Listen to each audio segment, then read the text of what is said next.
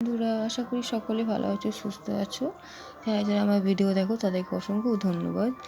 যদি আমার ভিডিও ভালো লেগে থাকে তাহলে একটা লাইক, কমেন্ট, শেয়ার আর পেজটাকে ফলো করে দিও। কি আছে এইভাবে 1 থেকে 100-র মধ্যে কি কি মৌলিক সংখ্যা পেলাম দেখি। দেখো 2 আছে, 2-এর পর 3, 5, 11, 13, 17, 19, 23, 29, 31, 37, 41, 43, 47, 53, 59, 61, 67, 71, 73, 79, 83, 89, 97, এগুলো হচ্ছে সব মৌলিক সংখ্যা 1 থেকে 100-র মধ্যে। ঠিক আছে, কি বলছে, মৌলিক সংখ্যা খুঁজতে গিয়ে দেখলাম 2 ছাড়া সকল মৌলিক সংখ্যা হচ্ছে বিজোড়। মানে 2টা হচ্ছে জোড় সংখ্যা, কিন্তু বাকিগুলো হচ্ছে বিজোড়। যেমন 3, 5, যদি 6 হতো তাহলে হয়তো বিজোড় হতো। ঠিক আছে, কিন্তু এখানে 5, এখানে 11, এইগুলো হচ্ছে সব বিজোড় সংখ্যা। তাহলে কী আছে, একমাত্র জোড় মৌলিক সংখ্যা হলো 2।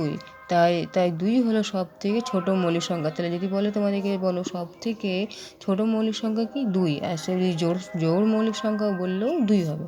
ঠিক আছে, এবার কী আছে, আবার অনেক পরপর বিজোড় সংখ্যা মৌলিক সংখ্যা, যেমন 3, 5, 11, 13, 17, 19, 29, 31, এদের কি অন্য নাম আছে? এদের যমজ মৌলিক সংখ্যা বলা হয়।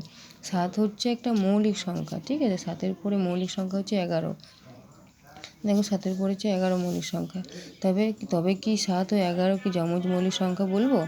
7 ও 11 যমজ মৌলিক সংখ্যা নয়, কারণ 7-এর পরে বিজোড় সংখ্যা মানে 9। 9কে কিন্তু ভাগ করা যায়, কিন্তু 7কে ভাগ করা যায় না, কিন্তু 9কে ভাগ করা যায়। কিন্তু 9 মৌলিক সংখ্যা নয়।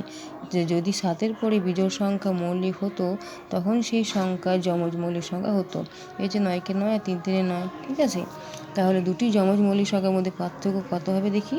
যেহেতু দুটি যমজ মৌলিক সংখ্যা পরপর বিজোড় সংখ্যা, তাই তাদের অন্তর বা বিয়োগফল হবে 2। যেমন যমজ মৌলিক সংখ্যা হলো যে সেই দুটি মৌলিক সংখ্যা যাদের বিয়োগফল 2 হবে।